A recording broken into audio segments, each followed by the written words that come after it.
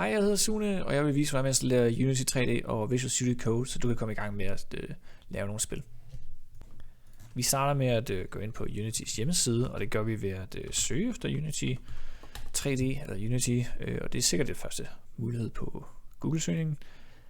Og så kommer vi herind, og så trykker vi bare på Get Started. Vi vælger Individual, og vi vælger Personal, Get Started. Og så siger vi Returning User, fordi vi ikke vil igennem det der Tutorial Guided Learning Path.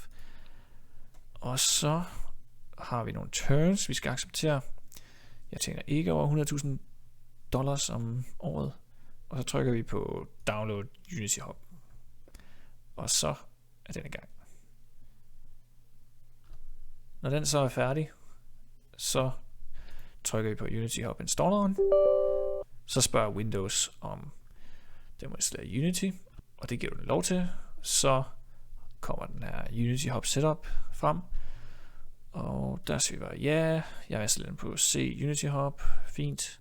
Det tager lidt tid at installere den, og så starter vi Unity Hub. Så når vi har Unity Hub fremme, så siger den you are invalid license, og det er fordi vi skal sætte vores bruger op.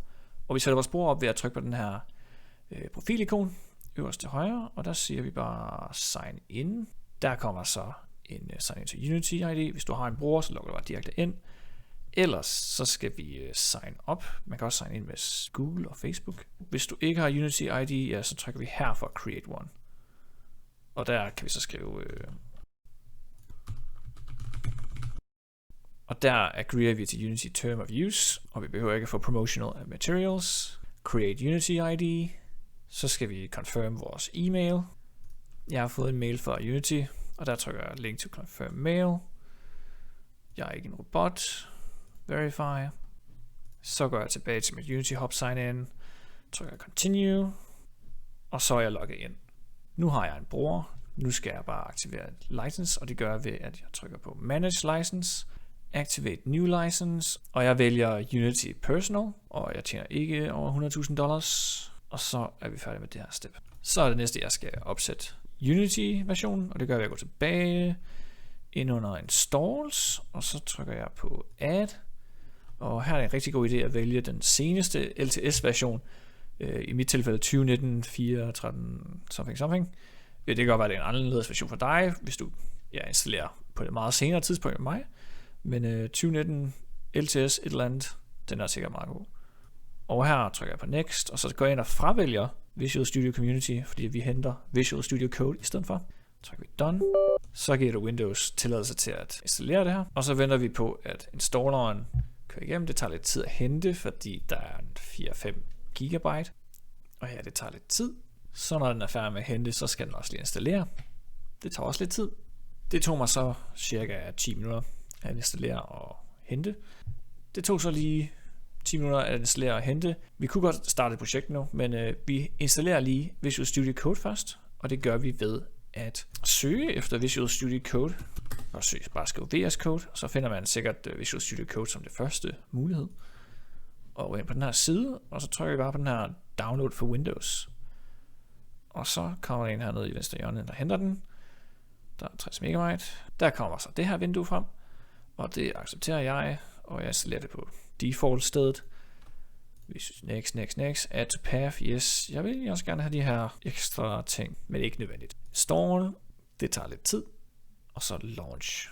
Visual Studio Code ser så sådan her ud, og det er egentlig bare en teksteditor, hvor vi kan skrive kode i. Men lad os nu gå ind og starte et projekt i Unity, og det gør vi ved at trykke på Projects, og så trykker vi New. Så har vi det her vindue, og så giver vi bare lige hurtigt et navn. 3D vælger vi template.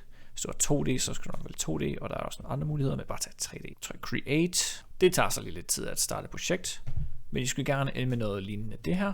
Og herinde har vi så et ganske almindeligt projekt, og vi kan egentlig begynde at udvikle, men jeg vil lige sætte Visual Studio op til at blive brugt, og det gør vi ved at trykke på Edit, Preferences, og så trykker vi på External Tools, og så siger vi, at External Script Editor skal være Visual Studio Code. Hvis I har Visual Studio Community, så kan det godt være, at det bliver lidt irriterende, fordi man skal have nogle licenser og sådan noget, og det er irriterende. Derudover så vil jeg også lige gå ind i Edit, Preferences, og så i Colors, ændre på den her Play Mode Tint. Og vi ændrer den her Play Mode Tint, så når man starter spillet, så kan man se, at man har startet det. Og det gør jeg lige ved at ændre farven her til noget rødt. Og så tester jeg også lige ved at lave en hurtig objekt, en sfære, og zoomer lidt ind på den med musik.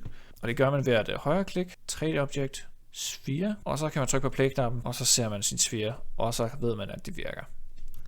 Vi kan også lige hurtigt teste, at Visual Studio Code starter, og det gør vi ved at højreklikke ned i vores projektvindue hernede, og så vælge Create, C# Script, og så Enter, og så dobbeltklik på den, og så kommer Visual Studio Code op og viser dig koden. Håber du fik Unity og vscode til at fungere, og ellers så prøv at smide en kommentar. Like og subscribe, hvis du fandt det nyttigt, og ellers hej hej.